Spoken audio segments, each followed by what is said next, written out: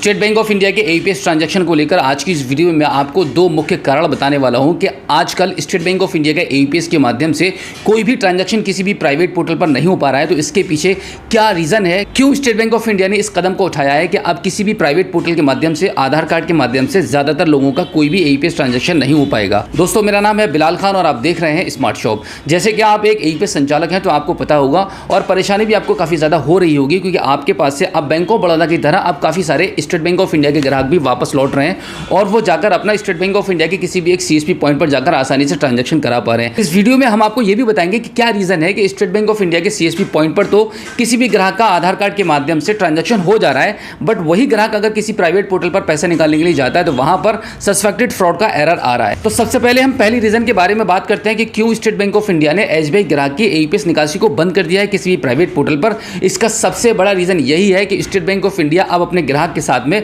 खास तौर से आधार कार्ड के माध्यम से कोई और अब ज्यादा फ्रॉड होने नहीं देना चाहता है। यही एक सबसे बड़ा रीजन है। मैं आपको बता दूं कि जैसे ही स्टेट बैंक ऑफ इंडिया के ग्राहकों के अकाउंट से एईपीएस को डिसेबल किया गया था, यानी कि अब कोई भी ग्राहक अपने किसी भी प्राइवेट पोर्टल के माध्यम से आधार कार्ड के माध्यम से पैसा नहीं निकाल पाएगा। सबसे पहले उन अकाउंट्स को डिसेबल किया गया है जिनके अकाउंट्स पर उनका मोबाइल नंबर रजिस्टर्ड नहीं है। यानी कि जब कोई भी किसी भी प्राइवेट पोर्टल पर पैसा निकालने के लिए जाता है तो वहां पर पैसा निकालने के बाद उसके पास कोई भी मैसेज नहीं पहुंच रहा था। तो सबसे बड़ा बैंक को एक ये रीज़न लगा कि ग्राहक को ये पता नहीं चल पा रहा है कि वो गया है 500 रुपये निकालने और उसके अकाउंट से 600 निकाले गए हैं, 1000 निकाले गए हैं, 1500 निकाले गए हैं और सीएसपी या एईपीएस संचालक उसको बता दे रहा है कि बस 500 रुपये का ही आपके अकाउंट से विड्रॉल हुआ है, अब आपके अकाउंट में कुछ भी नहीं है। तो इस प्रकार की कुछ मिस इन्फॉर्मेशन दी गई है, कस्टमर्स को बेवकूफ़ बना गया है बहुत ज़्यादा, जिससे कि बैंक में और एनपीसीआई में बहुत ज़्यादा कंप्लेंट पहुंची है। ग्राहकों ने कंप्लेंट किया कि हमारे अकाउंट में 1000 रुपये था, हम 500 रुपये निकालने के लिए गए थे, अब हमारे अकाउंट में सिर्फ 200 रुपये बचा है। इस प्रकार का मैं सिर्फ आपको एक एग्जांपल दे रहा हूं कि इस प्रकार से बहुत सारी कंप्लेंट्स हुई हैं,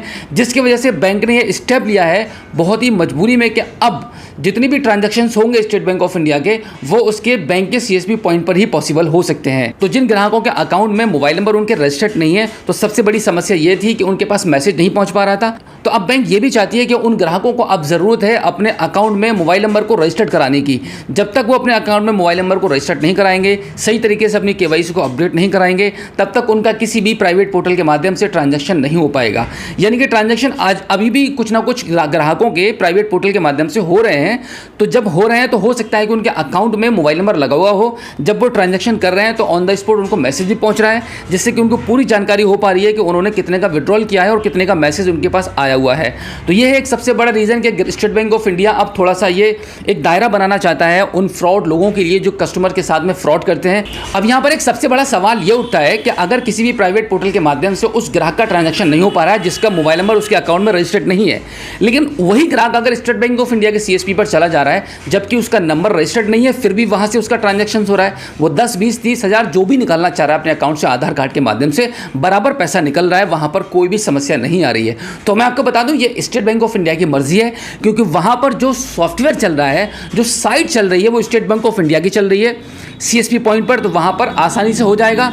क्योंकि स्टेट बैंक ऑफ इंडिया अपने सीएसपी पर बिलीव करता है। वहां पर उस पर मॉनिटरिंग की जा रही है कंपनी के द्वारा, जिस कंपनी के थ्रू उसका पॉइंट है वो कंपनी भी वहां पर आके विजिट करती है और उस कंपनी का भी वहां पर उसकी पॉइंट पर पूरी नज़र है। साथ ही साथ में बैंक का भी पूरा होल्ड रहता है स्टेट बैंक ऑफ इंडिया के सीएसपी पॉइंट पर। एक स्टेट बैंक ऑफ इंडिया का सीएसपी अपना रजिस्टर्ड भी मेंटेन करता है, ग्राहक को स्लिप भी दे रहा है, बहुत ही ईमानदारी से अच्छे से काम कर रहा है। तो वहां पर बहुत ही कम चांसेस है कि कोई भी स्टेट बैंक ऑफ इंडिया का सीएसपी, क्योंकि स्टेट बैंक ऑफ इंडिया के सीएसपी पॉइंट पर आई थिंक मुझे लगता है कि 1 रुपये का भी फ्रॉड नहीं हो सकता है, क्योंकि किसी भी बैंक का एक बीसी पॉइंट लेने के लिए पैसा इन्वेस्टमेंट करना पड़ता है, पैसा लगाना पड़ता है, 20-25 हज़ार रुपये खर्च करने पड़ते हैं और वो अपना एक धंधा लेकर बैठता है, डेली कुछ ना कुछ कमाने के लिए बैठा हुआ है। ऐसा नहीं है कि अगर वो किसी के साथ फ्रॉड करेगा अगले दिन पकड़ा जाएगा फिर उसका सीएसपी पॉइंट बंद हो जाएगा। ये सब करने के लिए कोई भी किसी भी बैंक का सीएसपी पॉइंट नहीं बैठा हुआ होता है। जो जितने भी फ्रॉड करते हैं आज की डेट में, जितने भी फ्रॉड हुए हैं वो सब किसी न किसी प्राइवेट पोर्टल के, वो सब किसी न किसी प्राइवेट कंपनी के एईपीएस पोर्टल चलाने वाले लोगों ने ही फ्रॉड किया है।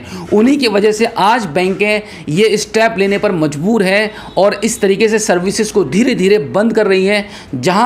जिससे ग्राहकों को भी तकलीफ हो रही है और साथ ही साथ में जो जेन्युइन एईपीएस संचालक हैं, जो ईमानदारी से अब तक काम करते हुए आए हैं, उनको बहुत बड़ा झटका लग रहा है, उनको लॉस हो रहा है जिसकी भरपाई कोई भी नहीं कर सकता। तो इस दुख को सिर्फ वही फील कर सकता है जो एक जेन्युइन सीएसपी है, जिनकी नीयत गलत है, जो इंटेंशन रखते हैं कस्टमर के साथ में फ्रॉड करने का, उनको कोई प्रॉब्लम नहीं है, उनको कोई तकलीफ नहीं है। आज इस ग्राहक के साथ फ्रॉड नहीं हो पाया तो दूसरे ग्राहक के साथ वो फ्रॉड करने के लिए तैयार हैं। तो यहाँ पर मैं बात जो कर रहा हूँ, वो जो दुख व्यक्त कर रहा हूँ, वो उन एईपीएस संचालकों के लिए कर रहा हूँ जो जेन्युइन है, जो ईमानदारी से काम करते हैं। और अगले हम रीजन की तरफ बढ़ते हैं कि अब तक जो स्टेट बैंक ऑफ इंडिया के सभी पोर्टल पर ट्रांजैक्शन जो हो रहे थे, जब से एईपीएस शुरू हुआ है तब से अब तक बहुत ही धड़ल्ले से ट्रांजैक्शन हो रहे थे। यानी कि ऑल ओवर इंडिया में जितने भी एईपीएस पोर्टल चलाने वाले जो एईपीएस संचालक हैं, उनकी वजह से स्टेट बैंक ऑफ इंडिया के जितने भी सीएसपी हैं, उन सभी का बिजनेस बहुत ज़्यादा डाउन होता चला जा रहा था। जितनी कमीशन उनके पहले बनती थी उतनी बिल्कुल भी नहीं बन पा रही थी, क्योंकि यहाँ पर कस्टमर के अंदर एक बड़ा आलस पैदा हो चुका है, क्योंकि उसके घर के सामने अगर सर्विस मिल रही है तो वहीं से पैसा निकाल रहा है।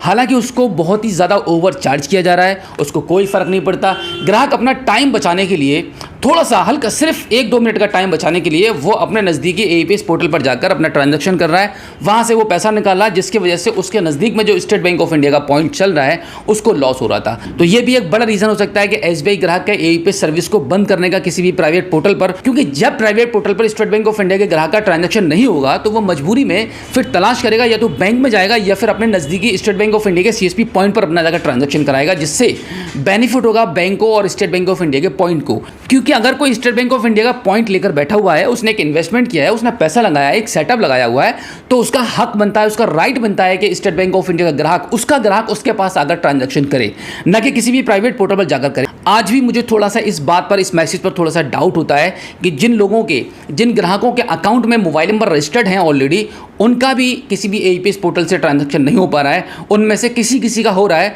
मतलब बहुत ही कम ऐसा रेशियो है जहां पर ट्रांजैक्शन सक्सेस हो रहे हैं। अधिकतर ग्राहकों के अकाउंट में एईपीएस ट्रांजैक्शन करने पर सस्पेक्टेड फ्रॉड का एरर आ ही जाता है। वही ग्राहक जब स्टेट बैंक ऑफ इंडिया के सीएसपी पर ट्रांजैक्शन कर रहा है तो वहां पर उसका ट्रांजैक्शन हो रहा है, चाहे मोबाइल नंबर लगा है या नहीं लगा है। इससे सीधा संदेश ये मिलता है कि अब स्टेट बैंक ऑफ इंडिया नहीं चाहता है किसी भी प्राइवेट पोर्टल पर अब उसका ग्राहक जाकर ट्रांजैक्शन करे। अब सिर्फ और सिर्फ जो ट्रांजैक्शन होंगे वो सिर्फ और सिर्फ स्टेट बैंक ऑफ इंडिया के सीएसपी पॉइंट पर ही होंगे। दोस्तों, आज की इस वीडियो में जो जानकारी मैंने आपको दी है वो बिल्कुल जेन्युइन है। आई होप ये वीडियो आपको काफी अच्छी लगी होगी। मिलते हैं आपसे किसी और एक अगली वीडियो में एक नई जानकारी के साथ। उससे पहले मैं आपसे गुजारिश करूंगा कि अगर पहली बार आप हमारे स्मार्ट शॉप यूट्यूब चैनल पर आए हैं और अभी तक आपने हमें सब्सक्राइब नहीं किया है तो प्लीज़ एक बार सब्सक्राइब कर लीजिएगा और बेल आइकन को प्रेस कीजिएगा। तो चलिए दोस्तों, मिलते हैं आपसे किसी और एक अगली वीडियो में एक नई जानकारी के साथ, एक नई अपडेट के साथ और एक नए जोश के साथ। तब तक के लिए जय हिंद।